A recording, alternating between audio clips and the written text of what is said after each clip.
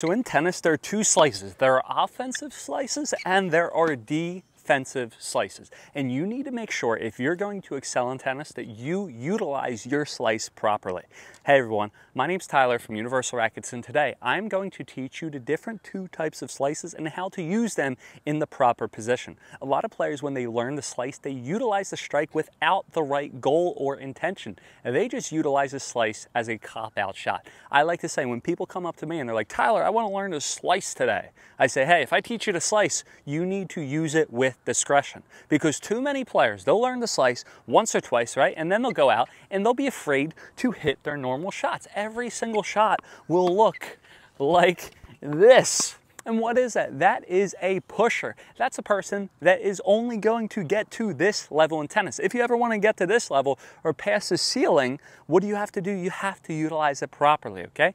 If you are utilizing your offensive slice, what is your goal? Your goal as your offensive slice is to get the ball low and to penetrate the court. If you want to utilize an offensive slice, you need to make sure that you swing forward and you swing through your shot. The next thing, you need to make sure that you get your momentum into your shot. An offensive slice is a great way to utilize an approach shot. Instead of going with a normal topspin shot, if you want to get up to the net, utilize the slice shot, because what's going to happen to the ball if you can do it properly? It's going to keep the ball low for your opponent. And if someone hits an amazing offensive slice from me, and then I'm the opponent, what do I have to do? I have to pop the ball up in the air, and then they can come in and close their volley. Again, my top two tips for the offensive slice is to what? To make sure your body's moving forward and your swing path is moving forward. Once again,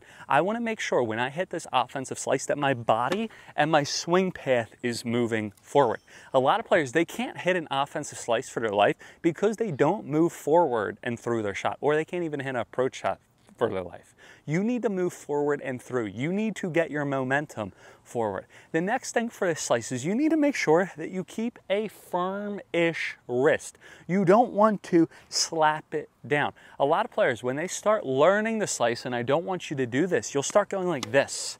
They'll start really breaking their wrist. I don't want to break my wrist. I want to go forward and through. I want you to think when you're hitting your offensive slice that you're not just hitting through one ball, you're hitting through 1, 2, 3 balls. Watch, so here we are, contact, right? But then after contact should be out front a little bit here, then 2, 3, forward, body's going forward into it, and that's how you do it. Forehand and for backhand, 1, 2, 3, forward, and then bodies going forward. A great way to ensure as well that your wrist doesn't break on your slice is once you're done, you're going to point the tip of your racket towards your opponent or towards your target. Wherever you point your tip of your racket to, the ball's going to go. So again, I'm going to go 1, 2, 3, forward, and look, the tip of my racket is pointing this way, and what does that do? That stops me from breaking my wrist. Watch, if I break my wrist, where is the tip pointing?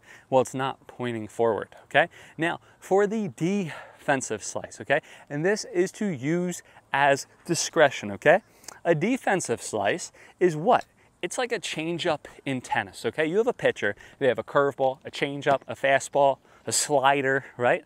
Same thing for the slice. Now, this might not be defensive. I'm starting to think as I talk about this, it doesn't have to be defensive, guys.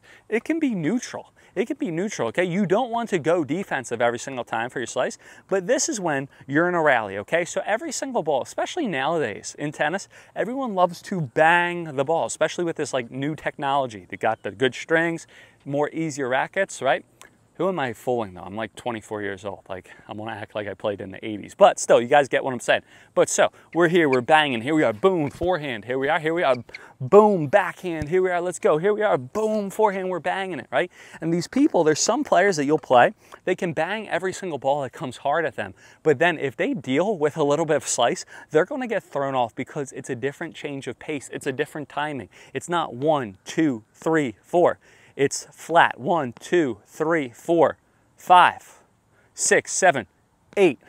It switches it up, and if you can get your opponent out of rhythm, that's going to force them to hit more difficult shots, okay? So how do we do this, right? So I hit 2 topspin, and then the next ball, I'm going to hit slice, okay? The next ball, I'm going to hit slice. You want to use it as a changeup again. You don't want to use it as every shot, but you want to utilize it as a changeup, okay?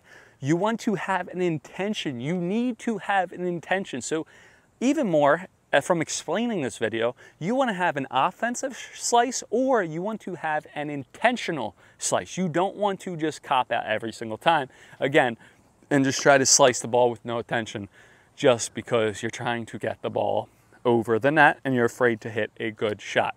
So if you can utilize your offensive or intentional slice, have a purpose with it, you're going to be so much better off when you play tennis. Now, if you're ever playing someone that slices the ball to you, the number one goal, some players, they can't hit slice that's coming to them because they don't know how to handle it.